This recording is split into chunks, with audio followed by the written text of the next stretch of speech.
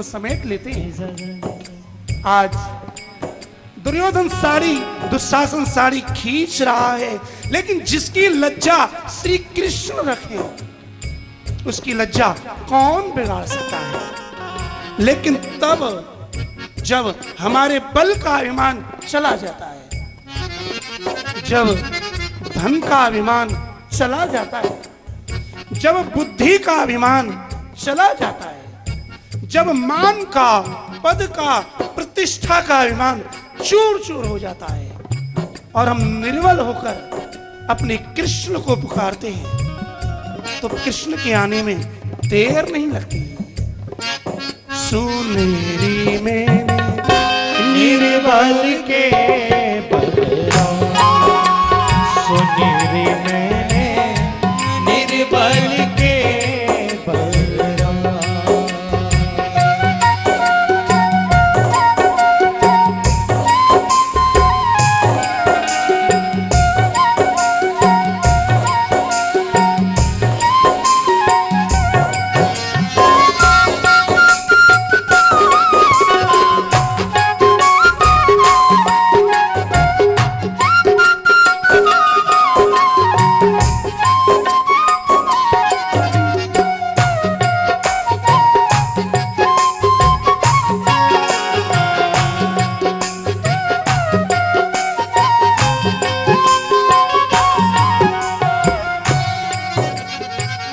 अब बल तपी बल और बाल, अब बल तप बल और बाहुबल, चौथो बल है चौथो बल है राम, सोई सूर्य साई हमारो, सोई सूर सहाय हमारो, सोई सूर्य सहाय हमारो, सोई सूर सहाय हमारो। हारे को हरिनाम सुनेरी मैंने निर्बल के बलराम, सुनेरी मैंने निर्बल के बलराम, बल के बलराम, निर्बल के बलराम, सुनेरी मैंने निर्बल के बलराम, सुनेरी मैंने निर्बल के बलराम। आज गजेंद्र भगवान ने पुकार रहा है। एकांतिनो यश्चिन कंचनार्थम वांछन्ति ये वै भगवत् प्रपन्ना, अत्यद्भुतं तच्चरितं सुमंगलं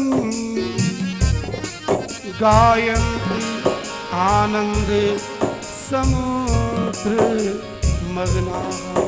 सुनेरी मैंने निर्बल के बलराम, सुनेरी मैंने निर्बल के बलराम।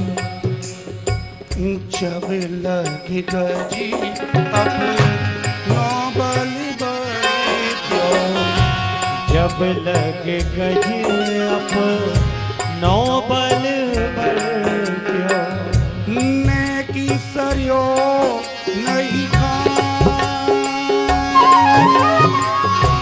नैक सरियो नहीं का,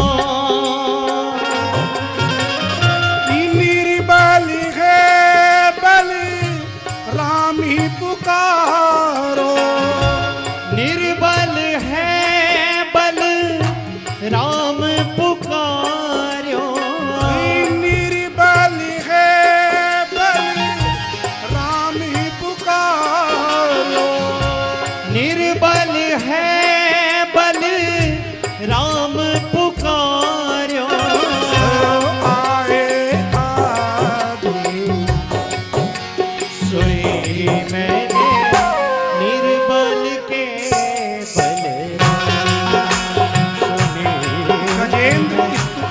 जाए नाथ। अब मुझे जीने की इच्छा नहीं है। मैं आपकी स्तुति इसलिए नहीं कर रहा कि आप आओ और मुझे बचाओ। जिजीविषेनाहमिहा मुया किम अंतर्वहिश्चा प्रतये भयोन्या इच्छामि कालेन यस्य विप्लवस् तस्यात्मलोका वर्णस्य मोक्षम। हे नाथ, आप ये न सोचना कि मैं आपको इसलिए बचा रहा हूं कि आप मेरी रक्षा कर दो। नहीं, अब मुझे जीवित ही नहीं रहना, लेकिन मरने से पहले इतना चाहता हूं कि जो आत्मा के रूप में परमात्मा है और वह भगवान माया के कारण, अविद्या के कारण मुझे नहीं दिख रहा, आप ऐसी कृपा करो ये प्राण निकलने से पहले तेरा साक्षात्कार हो जाए नाथ, मेरा मोक्ष हो जाए। अब मुझे किसी दूसरी मां के गर्भ में जन्म न लेना पड़े। जन्म लेने के बाद फिर मृत्यु होगी, फिर जन्म होगा, फिर मृत्यु, फिर जन्म। हे नाथ, अब मैं इस जन्म और मरण के कुचक्र से बचना चाहता हूं, इसलिए आप मेरा मोक्ष कीजिए, मेरी अविद्या, मेरे अज्ञान का नाश कीजिएगा नाथ। गजेंद्र जल में डूबता जाता है, शरीर, गर्दन, मुख, आंख, कान और धीरे धीरे जो लंबी सूंड थी वो डूबने लगी और डूबी। बस थोड़ी सी सूंड के ऊपर केवल कमल का पुष्प रह गया। हाथी ने जोर से आवाज लगाई, हे हरि सुनी रे मैं, हे हरि निर्बल के हा शब्द लक्ष्मी सुनियो, थी सुनो गजराज। भगवान ने दौड़ लगाई, भगवान दौड़े। लक्ष्मी जी ने पूछा, इतनी जल्दी में आप कहां जा रहे हैं? पादुका तो पहनो। भगवान बोले, रोको मत, कहां जा रहे हो? भगवान के मुख से एक शब्द निकला, हाथी। हाथी अक्षर भगवान ने बोला, हाथी में से हा शब्द तो वैकुंठ में लक्ष्मी ने सुना, और जब तक थी कहते तब तक तो गजेंद्र के आगे आ गए। बोलिए भक्तवत्सल भगवान की जय।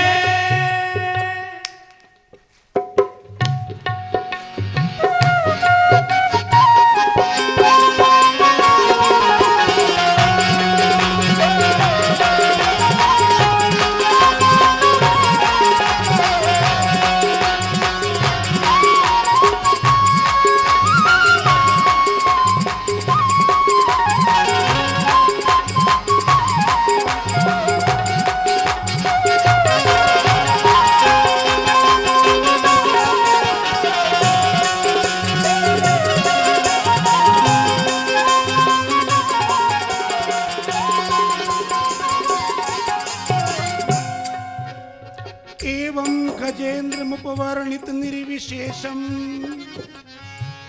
ब्रह्मादयो विविधलिंग विविधाभिमाना नैते यदोपसत्रपुर निखिलात्मकत्वात् तत्राखिलामरमयो हरिराविरासी। गजेंद्र ने अपनी स्तुति में किसी का नाम नहीं लिया। ब्रह्मा जी ने सोचा मैं चलूं, लेकिन उन्होंने कहा मेरा नाम तो लिया ही नहीं। न ब्रह्मा आए, न विष्णु आए, न शिव आए। आज स्वयं परब्रह्म परमात्मा ने एक नया रूप धारण किया।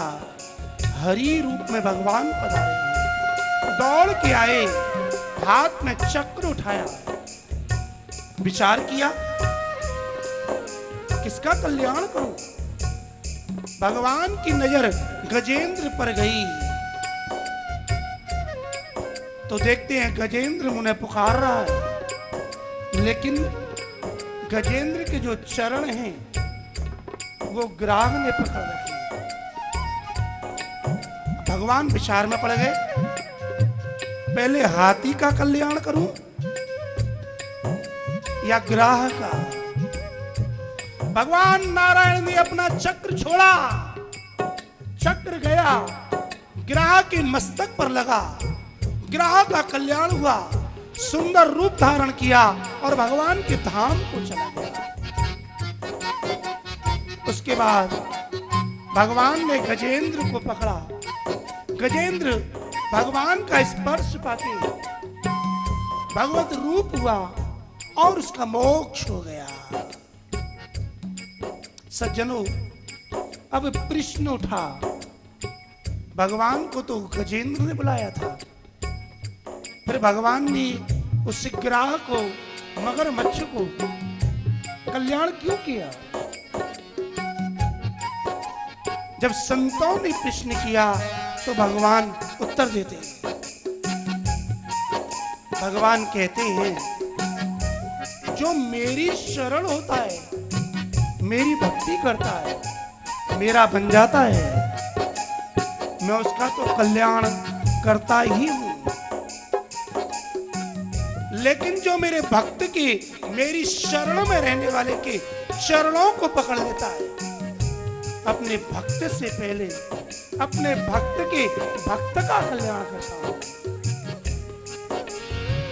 गोविंद गोविंद भजो गोविंद गोविंद, गोविंद गोविंद भजो गोविंद गोविंद, ओ भजो गोविंद गोविंद भजो गोविंद गोविंद भजो गोविंद गोविंद भजो गोविंद गोविंद।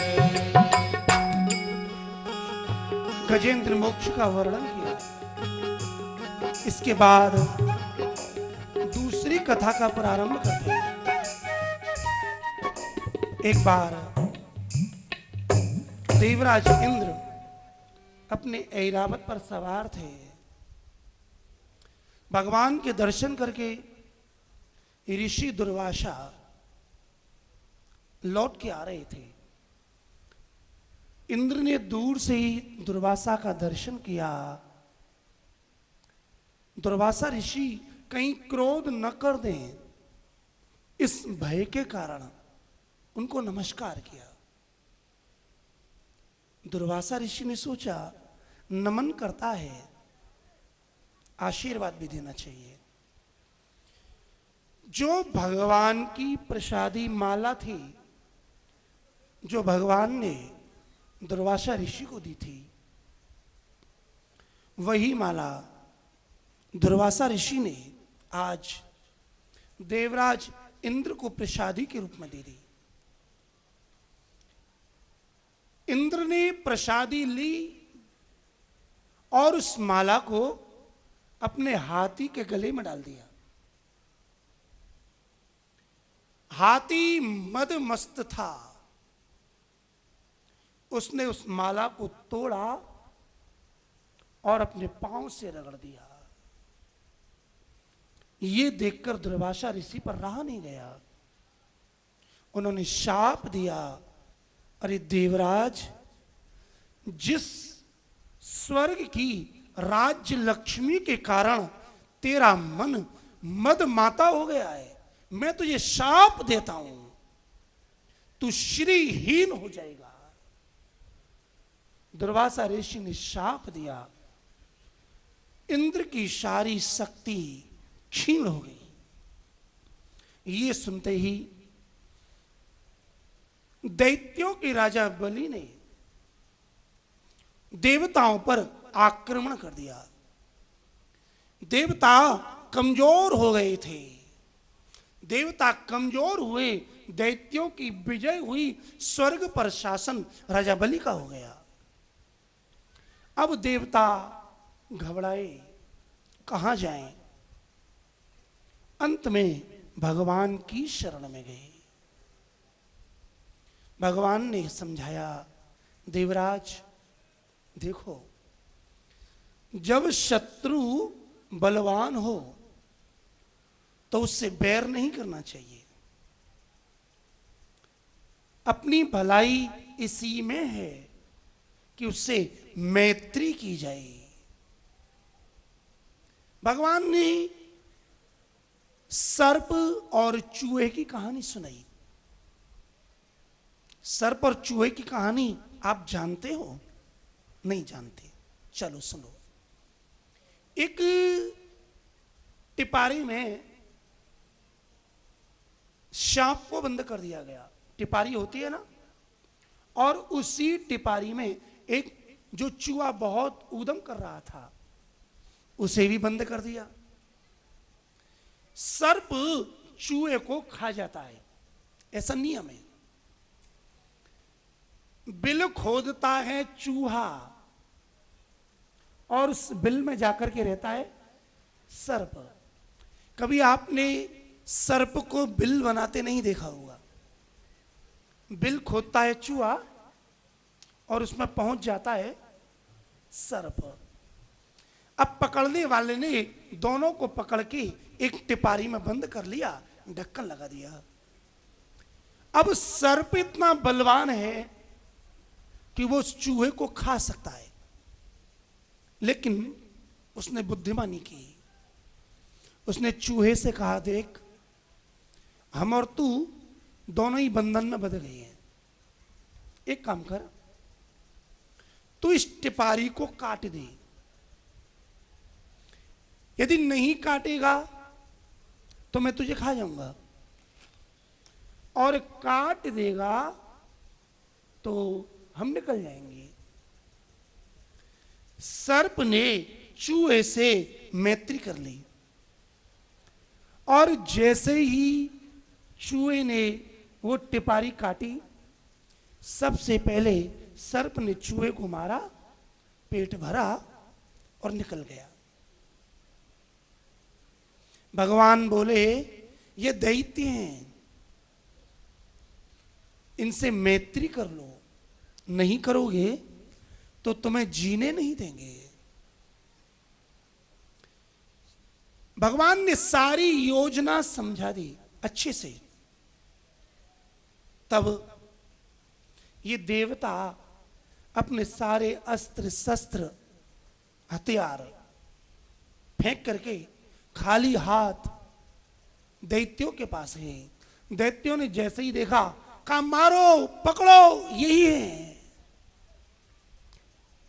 देवताओं ने अपने दोनों हाथ ऊंचे कर दिए, हाथ जोड़ के कहा, बड़े भैया, तुम यदि हमें मार दोगे तो कोई आश्चर्य नहीं है।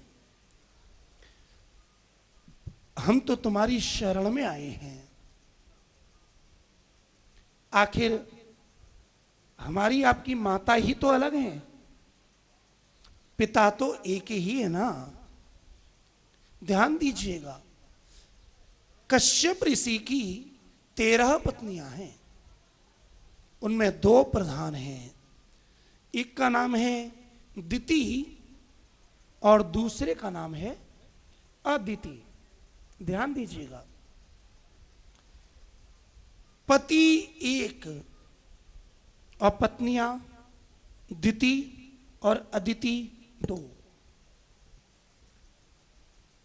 दिति की संतान दैत्य और अदिति की संतान देवता।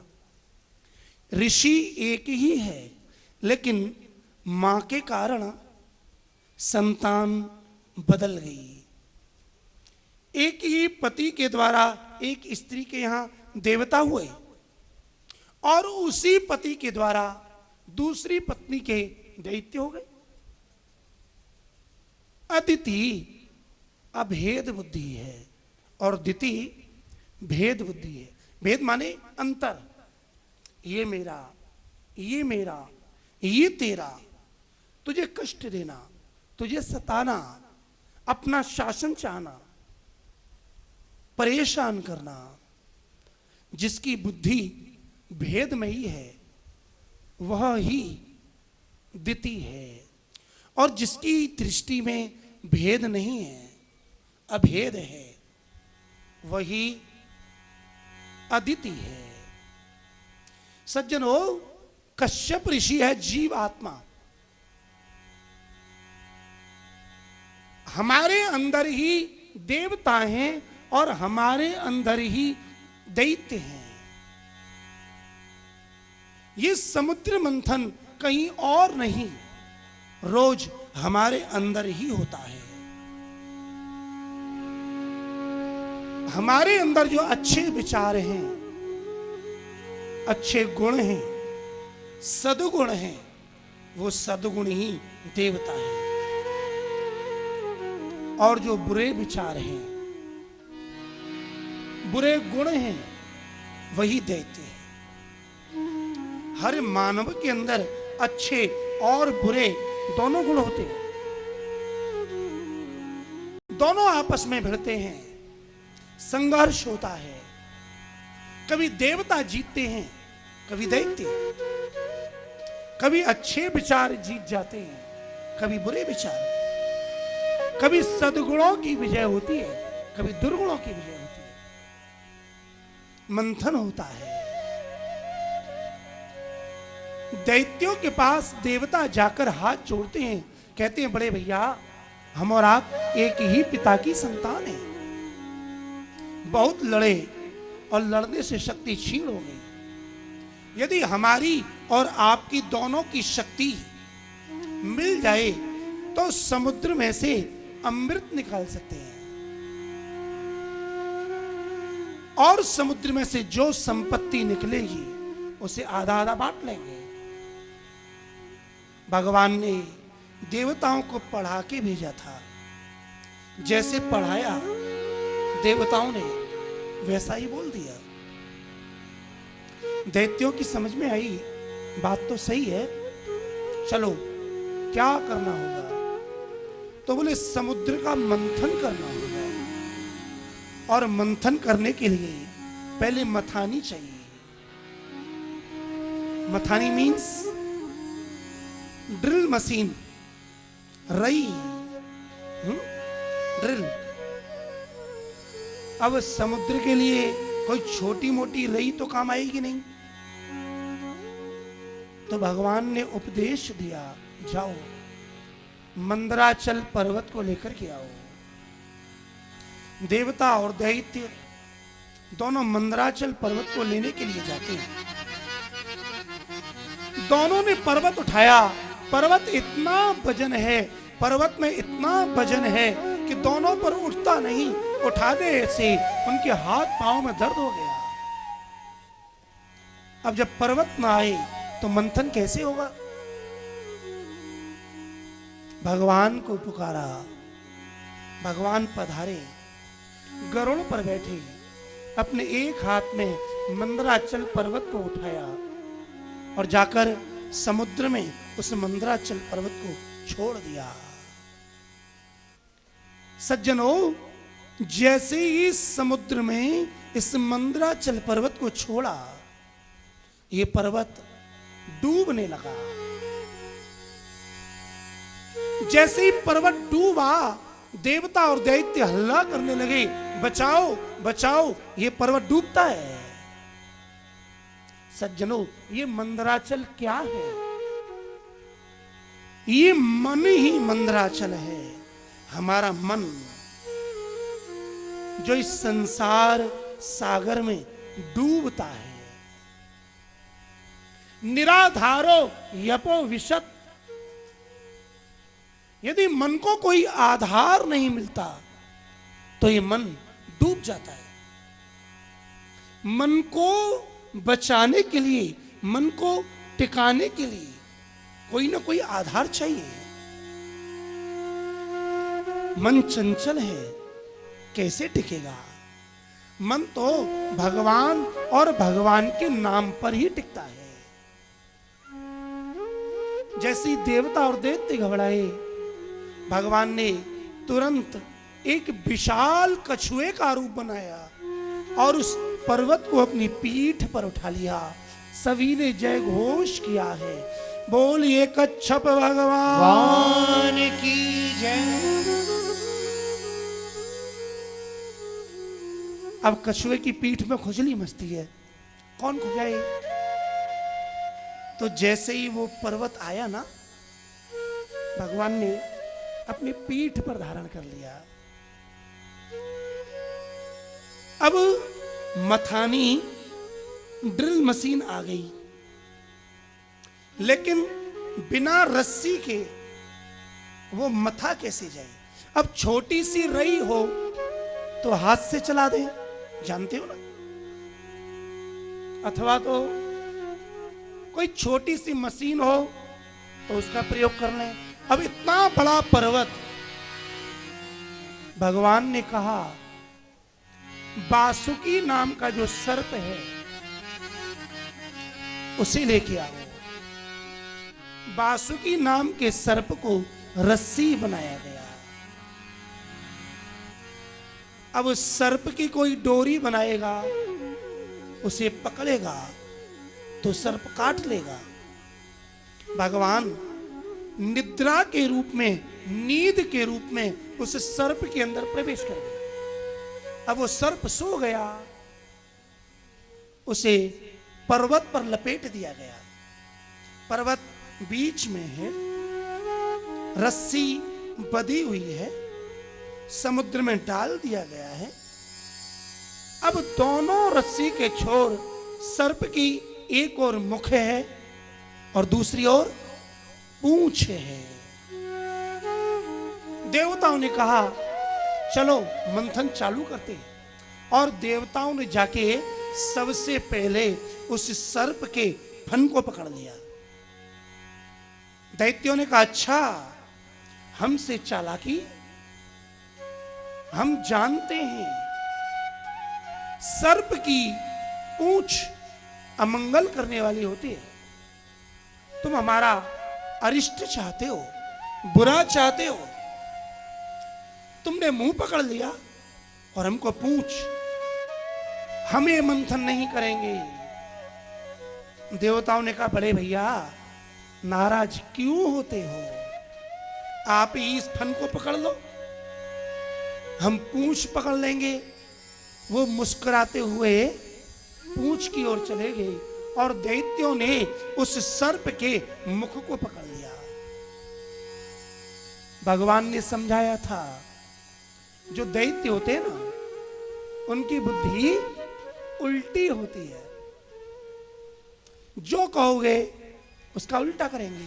तो उन्होंने कहा देखो तुम्हें पूंछ पकड़नी है तो तुम जाकर के पहले फन पकड़ लेना। तो वो ये कहेंगे हमें तो फन ही पकड़ना है। अब दैत्यों ने फन पकड़ा, देवताओं ने पूंछ पकड़ी और मंथन प्रारंभ हुआ। मंथन करने में जब मंथन हुआ तो सर्प के अंदर जो जहर था वो जहर अग्नि के रूप में उसकी लपट उससे मुख से निकली, उसके फन से। और जब फन से अग्नि की लपट निकली तो जो दैत्य थे वो सब जलने लगे और जल करके सारे काले हो गए। देवता बोले भगवान आप धन्य हैं, यदि कहीं हम फन पकड़े हुए होते तो हम भी जो गोरे गोरे हैं वो काले हो जाते। भगवान को धन्यवाद दिया। अब मंथन करते हैं लेकिन कोई लाभ नहीं हुआ, थक गए, भगवान से प्रार्थना की।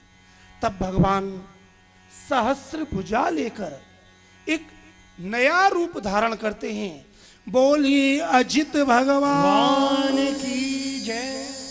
और उस पर्वत के ऊपर बैठ जाते हैं, 5 से भुजा इधर, 5 से भुजा इधर, हजारों हाथों से स्वयं भगवान ही मंथन करते हैं। जब मंथन प्रारंभ हुआ तो जिस शिखर पर ठाकुर जी बैठे हुए हैं उनकी सुंदर शोभा का वर्णन व्यास महर्षि करते हैं। मेघ श्याम कनकी परिधि कर्ण विद्योत विद्युन मूर्धनि भ्राजत बिलुलित कचः श्रद्धरो रक्त नेत्र जैत्रैर्दोर्भैर्जगद भयदैर् दंदशूकं गृहीत्वा मथनन मथना प्रतिगिरिरिवा शोभताधो धृतात्रे। आज भगवान का स्वरूप कैसा है? मेघश्याम, जैसा मेघ श्याम होता है, आकाश में काले काले बादल होते हैं ना, ऐसा भगवान का स्वरूप है। और कनक परधिम, उस पर सोने का सा सुनहरा पीतांबर धारण किया हुआ है। कर्ण विद्युत विद्युत, कानों में सुंदर कुंडल पहने हुए हैं और इन कुंडलों में जो चमक है, जब मंथन कर रहे हैं तो मंथन करने में उनके कान और कानों के कुंडल हल रहे हैं। कानों के कुंडल हलने से उसका प्रकाश श्री ठाकुर जी के मुखारविंद पर चमक रहा है। ऐसी ऐसी सुंदर शोभा है जिसे देखकर सब मोहित हो जा रहे हैं। मंथन प्रारंभ हुआ और सबसे पहले उस मंथन में से, समुद्र में से जहर निकला। जहर निकला, उस जहर की लपट से आकाश में उड़ने वाले जो पक्षी थे, वो पक्षी उस लपट से जल जल के गिरने लगे। सभी ने विचार किया कि इस जहर को कौन लेगा, नहीं तो सारी सृष्टि ही नष्ट हो जाएगी। देवताओं ने कहा, बड़े भैया आपने कहा था हमें जहर लेना है, जो पहली वस्तु निकलेगी उसे हम लेंगे। दैत्यों ने कहा, अच्छा अमृत लो तुम और जहर पिए हम तो नहीं पिएंगे। जहर को न देवता पीते हैं न दैत्य पीते हैं। तुरंत सभी ने निश्चय किया और दौड़ के गए भगवान महादेव के पास, नमस्कार किया, कहा हे नाथ हमारी रक्षा करो। भगवान महादेव समाधि में लीन थे। नेत्र खुले, नेत्र खुलने पर देखा आज दैत्य और देवता दोनों एक साथ। ऐसा तो कभी होता नहीं, दैत्य और देवता दोनों अलग अलग ही आते हैं। दोनों ने हाथ जोड़ करके प्रार्थना की, जोर से जय घोष किया, बोलिए शंकर भगवान की जय। शिव जी ने कहा, आज दोनों एक साथ क्या होने वाला है, बड़ी अच्छी बात है। तब दोनों ने स्तुति की, हे नाथ हम समुद्र का मंथन कर रहे हैं अमृत के लिए, ये जहर निकला है, इस जहर को आप पी लो, नहीं तो ये सारी सृष्टि अभी जल के नष्ट हो जाएगी। भगवान महादेव ने विचार किया, क्या करें, जो शरण में आता है उसे लौटाना नहीं चाहिए। तुरंत उस जहर को लिया, ततः करतली कृत्य व्यापी हालाहिलम विषम, और तत्काल उस जहर को अपने मुख में डाला। विचार किया, जहर को अंदर ले जाऊं या मुख में रखूं? बोले नहीं, ये वाणी तो भगवान के नाम के लिए है, भजन के लिए है, और कहीं ये जहर अंदर उतर गया तो मेरे मन में रहते हैं मनमोहन बाल कृष्ण प्रभु, उन्हें तो माखन मिश्री अच्छा लगता है। हमारे कन्हैया कल यहां प्रकट होने वाले हैं, माखन मिश्री चुराने वाले हैं। तो उन्होंने विचार किया कि कन्हैया को तो माखन मिश्री अच्छी लगती है और जहर होता है कड़वा, तो मेरे कृष्ण पर कहीं ये जहर पहुंच न जाए, इसलिए उस जहर को न तो मुख में रखा और ना ही हृदय में उतारा, उस जहर को कंठ में स्थापित कर दिया।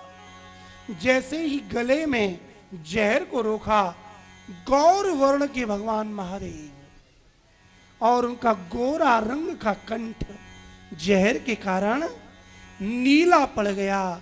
जैसे ही नीला पड़ा, सभी ने जय घोष किया, बोलिए नीलकंठ भगवान की जय। सज्जनों, ये जहर क्या है? जब हम धर्म के मार्ग पर कोई कार्य करने के लिए आगे बढ़ते हैं या कोई अच्छा काम करने जाते हैं, तो पहले जहर ही मिलता है। ये अपमान ही जहर है। जब संसार में हमारा अपमान होता है, तो अपमान जहर की तरह से कड़वा होता है, और उस अपमान को जो पचा लेता है वो पूज्य होता है। यदि जीवन में कभी कोई हमारा अपमान करे, तो भगवान महादेव शिक्षा देते हैं, उस अपमान रूपी जहर को न तो अपनी वाणी पर रखो और ना ही अपने मन में रखो। यदि वाणी पर रखोगे तो ये जवान, ये वाणी कड़वी हो जाएगी। मतलब किसी ने तुम्हारा अपमान किया और तुमने उस अपमान का यदि जवाब अपनी वाणी से दिया, तो क्लेश होगा, शांति गई। और यदि तुमने उस अपमान को जवाब न दे करके अपने मन में रख लिया, तो ये मन बिगड़ जाएगा। न वाणी को बिगाड़ो, न अपने मन को बिगाड़ो, उस अपमान रूपी जहर को अपने कंठ में धारण कर लो और अपने काम में दोबारा लग जाओ। जो व्यक्ति अपमान रूपी जहर को अपने कंठ में पचा लेता है, वह भगवान महादेव की तरह से पूजनीय हो जाता है। सभी ने जय घोष किया, शंकर भगवान की जय। देवता और दैत्य पुनः समुद्र मंथन करने के लिए आए हैं। मंथन प्रारंभ हुआ। सबसे पहले कामधेनु गाय निकली, उसके बाद ऐरावत हाथी निकला। उस हाथी को देवराज इंद्र के लिए दे दिया गया। उच्चश्रवा नाम का घोड़ा निकला, उस घोड़े को दैत्यों के राजा बलि को दे दिया गया। अप्सरा निकली, अप्सराओं को स्वर्ग में भेज दिया गया। बारुणी नाम की मदिरा निकली, दैत्यों को दे दिया गया। कल्प वृक्ष निकला, उस कल्प वृक्ष को स्वर्ग में भेज दिया गया। जो जो संपत्ति निकलती गई, उसे एक दूसरे को बांटते गई। कौस्तुभ मणि निकली, भगवान नारायण को दी। मंथन करते करते करते करते ततश्चाविर्भूत साक्षात्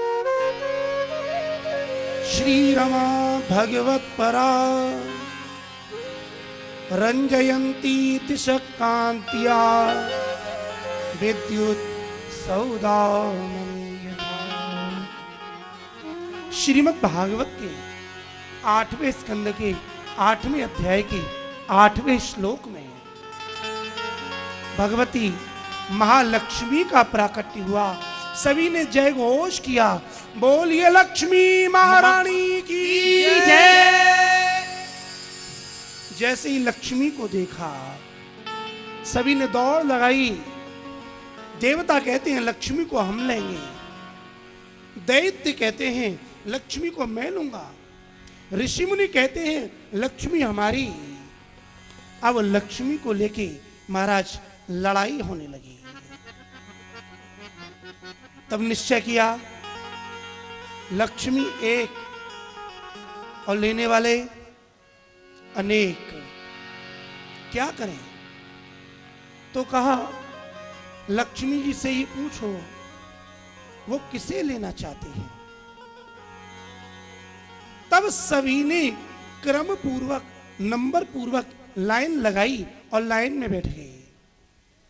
श्री लक्ष्मी महारानी समुद्र में से निकली। सर्वप्रथम सभी ने मिलकर श्री लक्ष्मी जी का अभिषेक किया है। ब्राह्मणों ने मंत्र बोले हैं, हिरण्यवर्णाम हरिणी सुवर्ण रजतस्रजा चंद्राम हिरणमयीं लक्ष्मी जातवेदो मां। जय घोष हुआ, क्रम बना, लाइन लगी। लक्ष्मी जी की आजू बाजू दाहिनी और बाएं सखियां हैं। लक्ष्मी जी के हाथ में सुंदर कमलों की माला दी गई है। उस कमल की सुगंधी पर भंवरे गुंजार कर रहे हैं। लक्ष्मी जी स्वयंवर करने के लिए आगे बढ़ी। सबसे पहले लाइन में चंद्रमा बैठा हुआ है। लक्ष्मी जी ने पूछा, सखियों ये कौन है? सखियों ने बताया, देवी ये चंद्रमा है, बड़ा सुंदर है। बोले हाँ, सुंदरता इसका गुण है। तो बोले इसमें दोष क्या है? सखियों ने कहा ये कामी बहुत है। लक्ष्मी जी बोली, जो बहुत अधिक कामी होता है मैं उसके साथ नहीं रह सकती। आगे बढ़े। दैत्यों के राजा बलि बैठे हुए हैं। लक्ष्मी जी ने पूछा ये कौन? बोले ये दैत्यों के राजा बलि हैं। अच्छा, इनका गुण? बोले ये बलवान बहुत हैं। दोष? बोले ये अभिमानी हैं। बोले अभिमानी के पास तो मैं कभी नहीं रह सकती। आगे बढ़ो।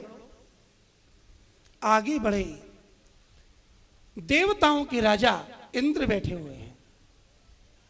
सखियों से पूछा ये कौन है? सखियों ने कहा देवी ये देवताओं के राजा हैं इंद्र। बोले अच्छा। बोले इनका गुण? बोले गुण तो यही है कि पूरे स्वर्ग के राजा हैं। बोले दोष? बोले भगोड़े हैं, कभी भी युद्ध होता है तो भाग जाते हैं। लक्ष्मी बोली यदि ये जब स्वयं अपनी रक्षा नहीं कर सकते तो मेरी रक्षा क्या करेंगे? पति तो ऐसा होना चाहिए जो पत्नी की रक्षा कर सके। आगे बढ़ो। ऋषि दुर्वासा बैठे हैं। सखियों से पूछा ये कौन? बोले ऋषि दुर्वासा। इनका गुण? बोले तपस्वी बहुत हैं। लक्ष्मी बोली बहुत अच्छी बात, तब तो अच्छी बात है, लेकिन दोष? बोले क्रोधी बहुत हैं। लक्ष्मी बोली अच्छा, मुझे इनसे शादी नहीं करनी। बोले क्यों? यदि ये बात बात पर क्रोध करेंगे तो जीवन कैसे चलेगा। लक्ष्मी जी ने सबका परित्याग कर दिया, सब में दोषों का आरोपण किया, आगे बढ़ी। भगवान महादेव बैठे हुए हैं। लक्ष्मी जी ने पूछा, देवियों ये कौन? बोले, देवी ये भगवान महादेव हैं। इनका गुण? बोले, इनमें गुण ही गुण हैं, कोई दोष है ही नहीं। शंकर जी मुस्कुराते हैं। लक्ष्मी जी ने ऊपर से लेकर नीचे तक देखा। ओहो, सर पर जटा, जटा में सर्प, कानों में बिच्छू के कुंडल, गले में सर्पों की माला, रुद्राक्ष, बाजू में सर्प, नीलकंठ, लाल लाल आंख, बागंबर पहने हुए, नंग धड़ंग। लक्ष्मी जी बोली, मैं इनसे शादी नहीं करूंगी। सखी बोली, क्यों? ये तो शिव हैं। बोले, ये जरूर शिव हैं, लेकिन इनका जो स्वरूप है ना वो कुछ जचा नहीं। बोले, क्यों? अब जैसे आजकल की स्त्री हो, सज धज करके अपनी पार्टी में जाए तो अपन से ज्यादा अपने पति को सजा के लेके जाती हैं, और जिस समय उनके कोई फ्रेंड पूछती है, वेयर इज योर हस्बैंड, तो वो कहती है, देयर।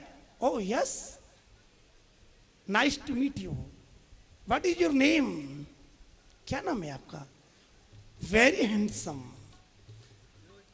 और यदि कहीं पति थोड़ा सा कुरूप हो, कहीं धोती पहनने वाला हो, कपड़ा ना पहनने वाला हो, तो उसकी पत्नी की बड़ी भारी बेइज्जती हो जाती है।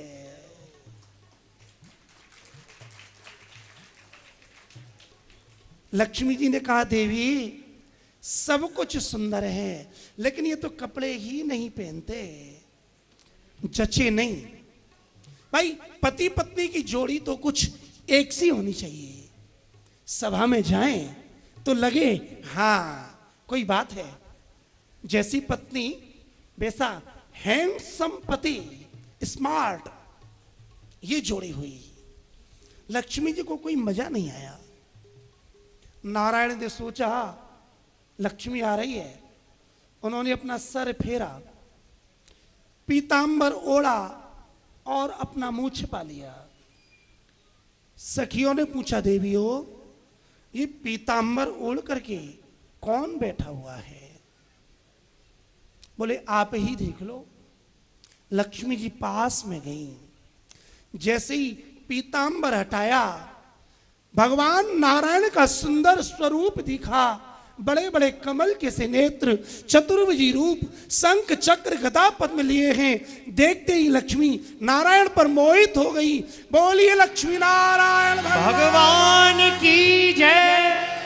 तस्यां सिद्धेषु सतीं न विकल्पि मालां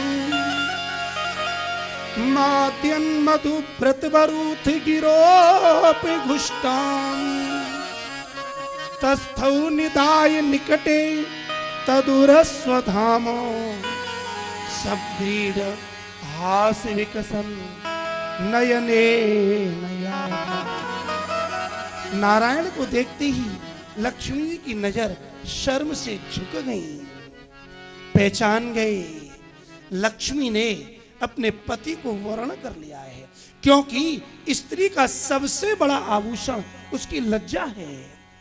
स्त्री कितनी ही खूबसूरत क्यों ना हो, कितने ही आभूषण पहनने वाली क्यों ना हो, लेकिन यदि उसमें शर्म नहीं है, लज्जा नहीं है, तो वो निर्लज्ज स्त्री कितनी ही सुंदर हो, सभ्य सभा में कभी उसकी स्तुति नहीं की जाती, उसकी निंदा ही की जाती है। तुरंत लक्ष्मी जी ने अपने कमलों की माला अपने हाथ में उठाई और भगवान नारायण के गले में पहना दी। ब्राह्मणों ने वेद पढ़े, देवताओं ने जय घोष किया। लक्ष्मी नारायण भगवान की जय।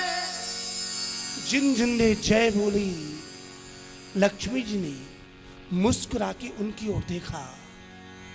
जिसे मुस्कुरा के देखा वो धन संपत्ति वैभव से युक्त हो गई। लेकिन जिनने ज्वेलसी की, जो जले, द्वेष किया, लक्ष्मी ने अपना मुख वहां से फेर लिया, वो दरिद्री हो गई, निर्बल हो गई। मंथन प्रारंभ हुआ। मंथन करते करते करते करते अंत में कार्तिक मास कृष्ण पक्ष त्रयोदशी के दिन सायंकाल को समुद्र मंथन करते ही करते उनके बीच में से, समुद्र के अंदर से भगवान धन्वंतरी का प्राकट्य हुआ है। बोलिए धन्वंतरी भगवान की जय। औषधि, आयुर्वेद ग्रंथ और हाथ में अमृत का कलश लेकर भगवान धन्वंतरी आज समुद्र में से प्रकट हुए हैं। जैसे ही धन्वंतरी भगवान प्रकट हुए, दैत्यों ने देखा, मंथन छोड़ा, धन्वंतरी के पास गए। धन्वंतरी के हाथ में जो अमृत का कलश था जबरदस्ती छीना और छीन के भाग गई। देवता लोग घबरा गए। महाराज, भगवान, हे प्रभु, अमृत गया, अमृत ले गए, दैत्यों ने अमृत छीन लिया है। भगवान बोले, देवताओं घबराओ नहीं, ये अमृत ले तो गए हैं लेकिन पी नहीं पाएंगे। भगवान ने देवताओं को सांत्वना दी और तुरंत एक सुंदर स्त्री का वेश बनाया। ऐसी सुंदर स्त्री, ऐसी सुंदर स्त्री जिसका नाम ही मोहिनी है। अब दैत्य कलश ले जाकर आपस में छींटते हैं। अहम पूर्वम, अहम पूर्वम। पहले में खींचातानी होती है, लेकिन खींचातानी के कारण कोई अमृत पी नहीं पाता। तत्काल मोहिनी जी वहां प्रकट हुई, सुंदर स्त्री का वेश बनाया, पांव में पायजो, पांव छम छम करते हैं। जैसे छम छम की आवाज आई, दैत्यों का ध्यान गया।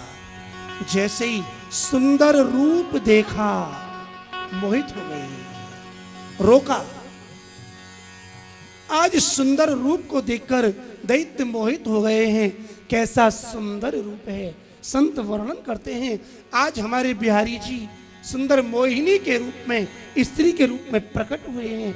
आइए भगवान बिहारी जी की मोहिनी रूप का हम और आप दर्शन करें। बड़े भाव से बोलिएगा।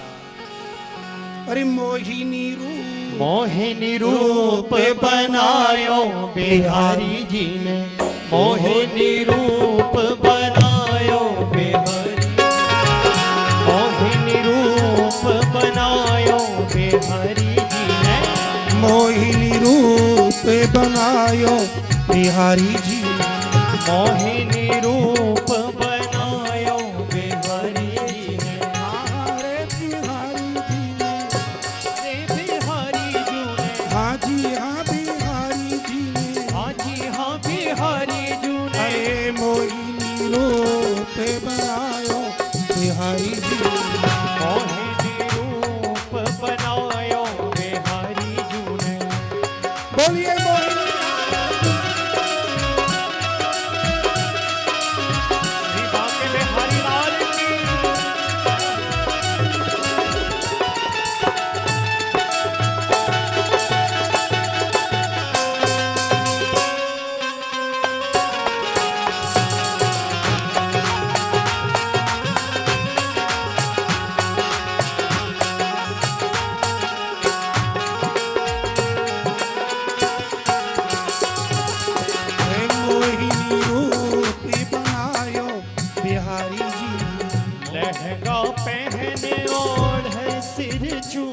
लहंगा पहने ओढ़े सिर चूनर लहंगा पहन रे लहंगा पहन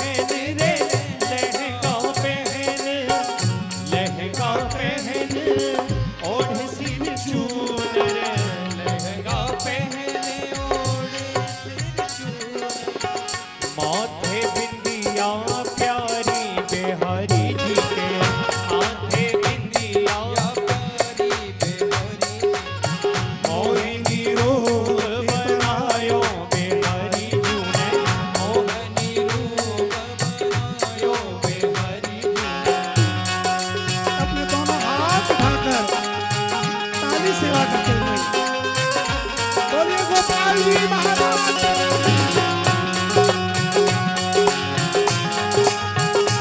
बांके बिहारी लाल की जय हो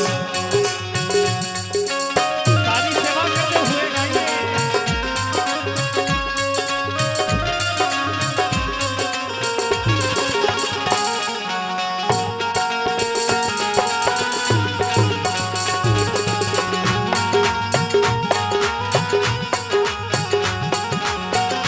कलकंठा मोतियन की माला कलकंठा मोतियन की माला कलकंठा कलकंठा मोतियन की माला कलकंठा मोतियन की माला मोतियन माला मोतियन माला मोतियन माला मोतियन माला अंगिया जड़ी किनारी बिहारी जी अंगिया जरद किनारी बिहारी जी ने मोहिनी रूप बनायो बिहारी जी मोहिनी रूप बनायो बिहारी जी ने जय हो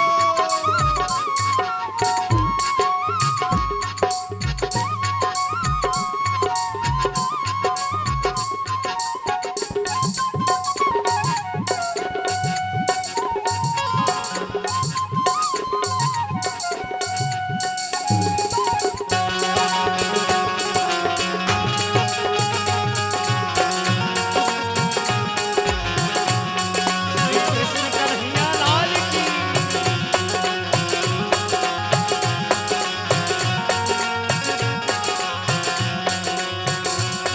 बाजू बंदी करनी में पहुंची बाजू बंद करन में पहुंची बाजू बंदी करन में पहुंची बाजू बंद रे बाजू बंद रे बाजू बंद बाजू बंद करन में पहुंची नथ लटके झलकारी बिहारी जी नथ लटके झलकारी बिहारी जी के पे बनायो बिहारी जी मोहिनी रूप बनायो बिहारी जी ने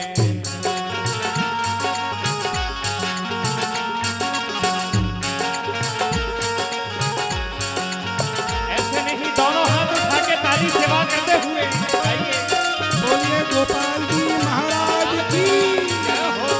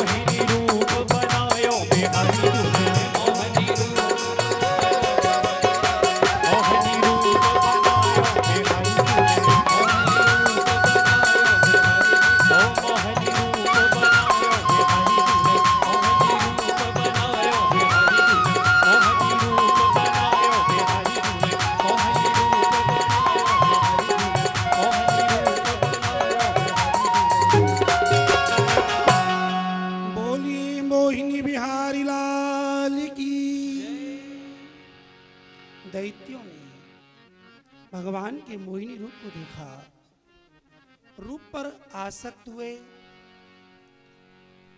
सबने मिलकर की वार्ता की। मोहिनी रूप में भगवान ने समझाया तुम्हें आपस में लड़ना नहीं चाहिए, लेकिन दैत्य ने